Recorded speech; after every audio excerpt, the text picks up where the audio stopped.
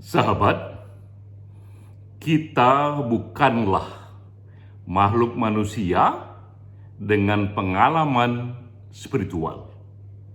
Sebaliknya, kita adalah makhluk spiritual dengan pengalaman manusiawi. Ini pernyataan filosofis yang dikatakan oleh Pierre Teilhard de Chardin. Ia seorang teolog, juga seorang filsuf. Ia menyatakan ini ketika melihat manusia semakin terpolarisasi oleh pengalaman manusiawinya, terkotak-kotak berdasarkan perkumpulan agama. Dan ia mengatakan bahwa di balik semua perbedaan itu ada yang jauh lebih mendalam yang menyatukan manusia, karena kita adalah makhluk spiritual yang sama. Spirit dari Teilhard de Chardin inilah yang ingin kita gunakan untuk memasuki topik kita minggu ini, yaitu dialog antar agama, dialog antar iman, dan mengenang Johan Effendi, seorang tokoh pembaharu muslim yang sejak tahun 70-an hingga akhir hayatnya ia banyak memperjuangkan dialog antar agama, dialog antar iman. Kini 50 tahun kemudian, bagaimana kita memberi perspektif baru bagi dialog antar iman ini, bagi dialog antar agama ini, sehingga ketika kita mengenang Johan Effendi, kita pun memberikan perspektif yang berbeda, tapi yang lebih sesuai dengan situasi zaman ini. Maka saya menyatakan di sini, sejak 50 tahun yang lalu, sejak Pak Johan pertama kali mencanangkan dialog antar agama, sudah ada setidaknya 5 fakta baru yang penting. Pertama adalah fakta ini riset dari kelompok yang independen, Adherents. Ia menyatakan bahwa kini sudah ada 4.300 agama. Jadi jumlah agama sekarang ini sudah minta ampun banyaknya, sudah ada 4.300. Jika kita berdialog agama secara global, maka pesertanya ada 4.300 agama. Lalu fakta kedua adalah ini hasil riset dari lembaga Pew Research Center tahun 2012. Lembaga ini membuat ranking agama berdasarkan jumlah penganutnya. Yang terbanyak memang Kristen, kedua Muslim, ketiga yang terbanyak adalah komunitas non-agama. Jadi melebihi Hindu, melebihi penganut Buddha, komunitas penganut non-agama ini nomor 3. Melampaui Hindu, melampaui Buddha. Jumlah mereka itu nomor 3 kini, dan kelompok ini adalah kelompok yang beragam sekali untuk banyak sekali jenis keyakinan. Salah satunya termasuk adalah mereka yang tetap meyakini spiritualitas tapi tidak berafiliasi pada satu agama manapun. Ini fakta ketiga yang juga cukup mencengangkan. Hasil riset yang menunjukkan bahwa top 10 negara paling bahagia, mayoritas penduduknya menganggap agama tak lagi terlalu penting. Di tahun 2012, PBB menciptakan satu cara baru mengukur kemajuan sebuah negara. Negara sekarang ini dianggap maju tak lagi hanya dilihat dari ekonominya, tak lagi dilihat dari pendidikan warga negaranya atau kesehatan warga negaranya, tapi juga dari kebahagiaan warga negaranya. Karena tak terlalu signifikan negara itu maju jika warganya tidak berbahagia. Karena itulah PBB menyiptakan World Happiness Index dan terpilihlah itu 10 negara yang dianggap paling bahagia, antara lain Finlandia, Denmark, Switzerland, Ireland, Norway, Netherlands, Swedia, New Zealand, Austria, Luxembourg. Inilah 10 negara yang dianggap paling bahagia itu. Pada saat yang sama, Gallup Poll di tahun 2009 juga mengukur tingkat keyakinan warga negara atas agama. Seberapa agama itu dianggap penting atau tidak penting. Maka terdapatlah itu satu spektrum negara. Untuk negara-negara yang menganggap agama itu penting, misalnya Mesir, Indonesia, Iran, Vatikan, India, 90% populasinya menyatakan agama itu penting. Tapi banyak juga yang menyatakan agama itu tak penting lagi. Hanya 19%, 28% yang menyatakan agama itu penting dari penduduk setempat. Ketika di cross-tab antara riset dari PBB dan riset dari Gallup Poll, kita pun mendapatkan ini bahwa bagi negara-negara top 10 yang warga negaranya paling bahagia, mayoritas menganggap agama tak lagi terlalu penting. Contohnya di sini Finlandia hanya 28% yang menganggap agamanya penting. Denmark lebih jauh lagi, hanya 19% dari populasinya yang menganggap agama itu penting. Nah, ini adalah fakta ketiga yang perlu kita eksplor, karena manusia modern kini juga menemukan sumber-sumber kebahagiaan di luar agama-agama formal. Mereka menemukan cara hidup berbahagia, the happiness, yang diambil dari sumber-sumber pengalaman langsung ataupun prinsip-prinsip dari riset positive psychology dan neuroscience. Ini perkembangan ketiga, manusia modern menemukan sumber-sumber kebahagiaan di luar agama. Ini data keempat yang juga tak kalah pentingnya. Ini top 10 negara yang paling bersih dari korupsi. 10 negara yang berhasil menciptakan pemerintahan yang bersih. Kembali mayoritasnya menganggap agama tak terlalu penting.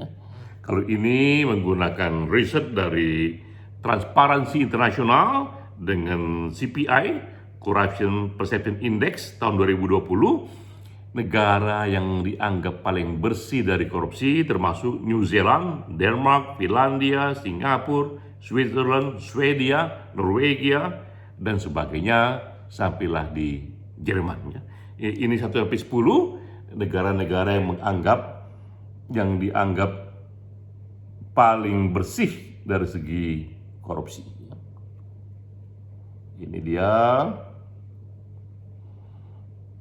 Tapi sekali lagi ketika dicek atas seberapa penting bagi warga negaranya peran agama, dan kembali datanya mencengangkan bahwa di negara-negara yang menganggap yang korupsinya paling sedikit, yang paling bersih, di negara itu populasi masyarakatnya cenderung menganggap agama tidak lagi terlalu penting. Ini listnya sekali lagi ya. Bagi misalnya di sini, bagi New Zealand hanya 33% dari populasinya yang menganggap agama itu penting. Dari fakta keempat ini kembali menunjukkan bahwa manusia modern menemukan moralitas publiknya tak lagi bersandar pada agama-agama konvensional. Mereka menemukan moralitas publiknya pada sumber-sumber lain, termasuk dalamnya adalah prinsip-prinsip hak asasi manusia ataupun dari berbagai filsafat humanisme universal. Lalu ini data kelima, fakta kelima yang juga penting, berita di tahun 2013. Ini juga dari lembaga riset Pew Research Center yang menunjukkan di sini bahwa Sekarang ini bahkan 81% dari mereka yang tidak Kristen tapi ikut merayakan Natal.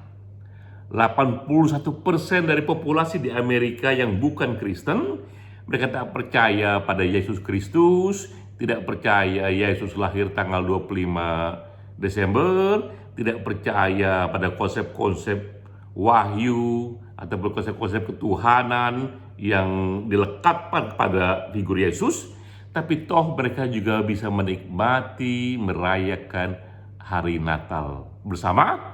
Dan ini menunjukkan bahwa mereka yang tak meyakini agama apapun tetap membuka diri, ikut menikmati ritual-ritual, suasana, kedalaman, keagamaan yang diberikan agama Kristen.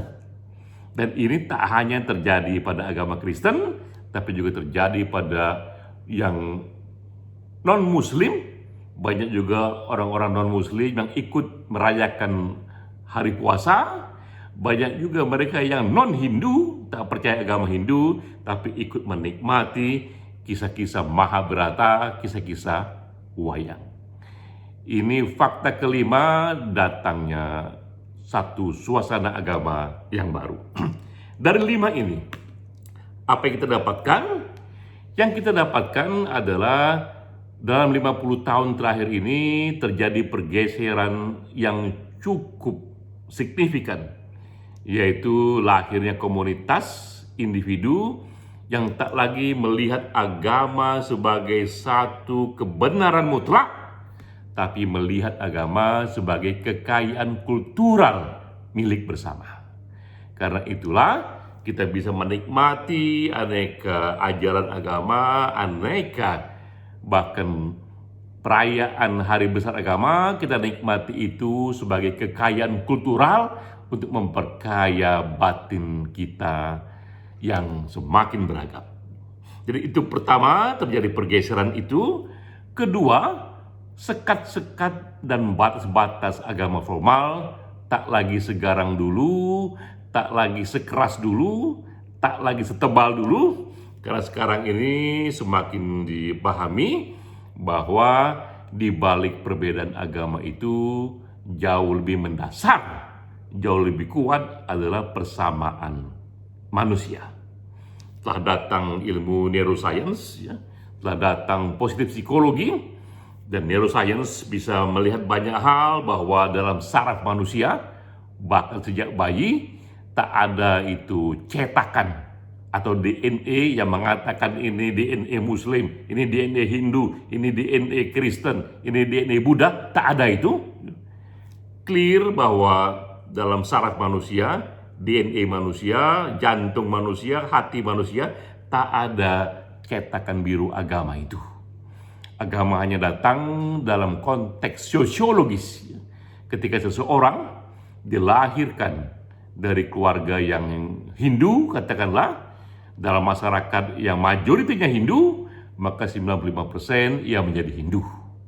Demikian pula ketika bayi itu lahir di negara yang keluarganya itu Kristen, dalam masyarakat yang Kristen, 95% ia pun menjadi Kristen.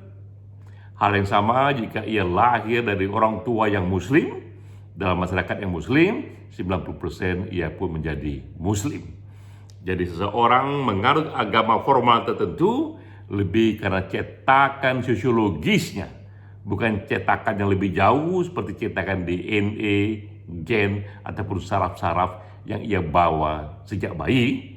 Dengan perspektif inilah kita perlu menyadari bahwa kotak-kotak agama formal tidak lagi sekeras dulu.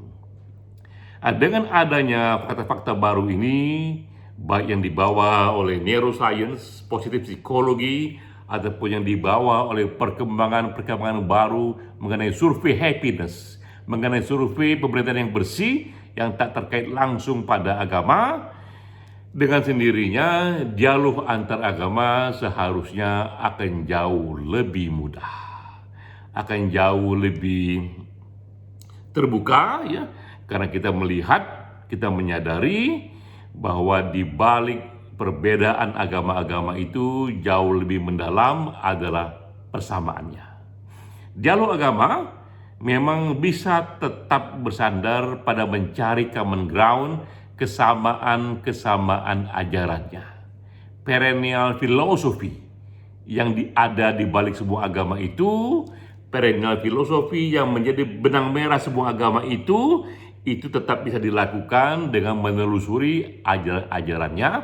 Tapi sekali lagi, yang jauh lebih mendalam, dialog itu dikerjakan bukan di tingkat mencari common ground ajaran agama, tapi justru mendalami homo sapiensnya, manusianya, bahwa di balik semua perbedaan manusiawi itu terdapat satu spiritualitas yang sama. Kembali kita kepada Pierre Teilhard de Chardin, bahwa kita ini bukanlah makhluk manusia yang punya pengalaman spiritual, tapi kita adalah makhluk spiritual dengan pengalaman manusiawi. Karena itulah perbedaan manusiawi, karena perbedaan sosiologis kita tidak boleh mengalahkan atau itu lebih dangkal ketimbang kesamaan kita selaku makhluk spiritual yang sama. Dalam perspektif inilah dialog antar agama, dialog antar iman dapat kita kerjakan. Salam.